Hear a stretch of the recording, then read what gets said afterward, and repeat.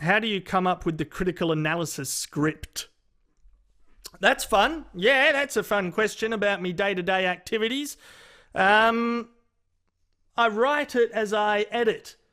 So the process is writing along with the vision. And that's I think the kind of key to the comedy as well. It's all about the timing of the vision and what you say with that timing. You know, they just complement each other, so I don't treat them mutually exclusive. I don't segregate those jobs, the editing and the writing. They go together, and the script kind of comes out after that. I've been experimenting a little bit more this year with just improvising. I'll grab a video and I'll make some edit points where I think the funniest bit is, and then I'll just roll it a few times and try to improvise. It's good because it helps me get some videos done quicker, especially for Facebook, where you've just got to keep pumping out a fuckload of content. It's not bad, but I feel like the quality is not as good when I improvise.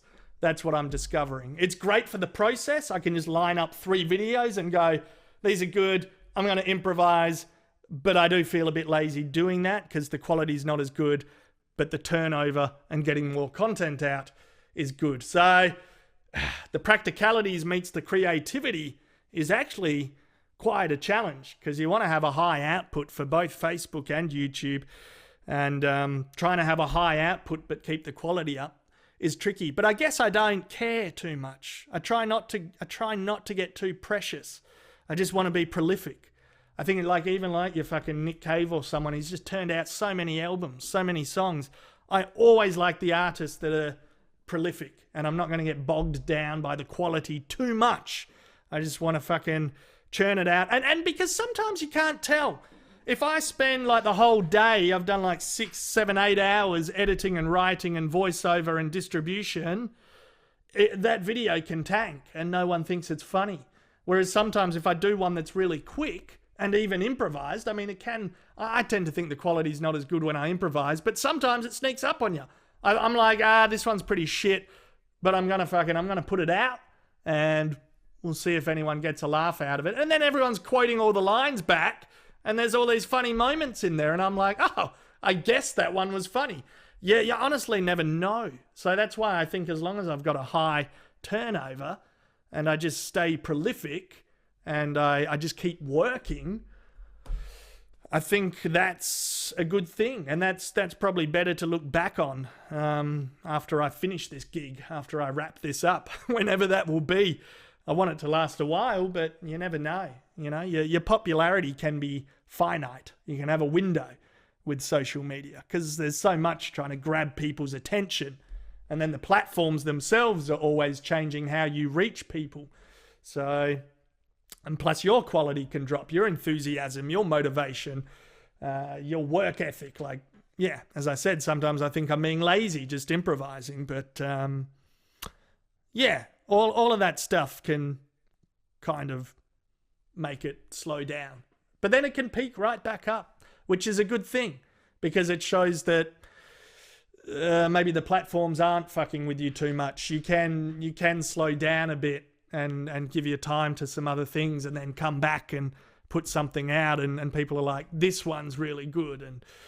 And I guess that's a good thing to know. I think a lot of people doing content online get really burnt out. They get really burnt out and it can happen really fast.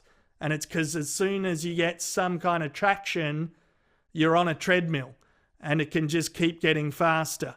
And the social networks do want you to keep adding content because that's labor. You know, they're getting your labor. So they want you to keep adding content and they want to keep giving you good numbers or keep enticing you to distribute with them. And a lot of people get burnt out pretty fast. So I think you got to be careful. You got to pace yourself and you just got to go, all right, it's all right if I'm not as productive this month or this week or today.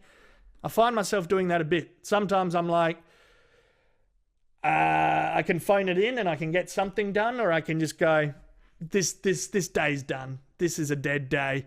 I'm going to the cinema. I'm going to go watch fucking Skyscraper and I'll come back tomorrow with fresh eyes and I'll get something done. Sometimes you got to know when to call it in and go, nothing's getting done today. Fuck it. And try to come back with fresh eyes. So this is a very long answer. This is as long as me talking about my fucking CDs. But I guess it's been my work now for over 4 years, Ozzy Manning. And how I come up with my critical analysis scripts, it's just keep doing it. And it is just the work as well.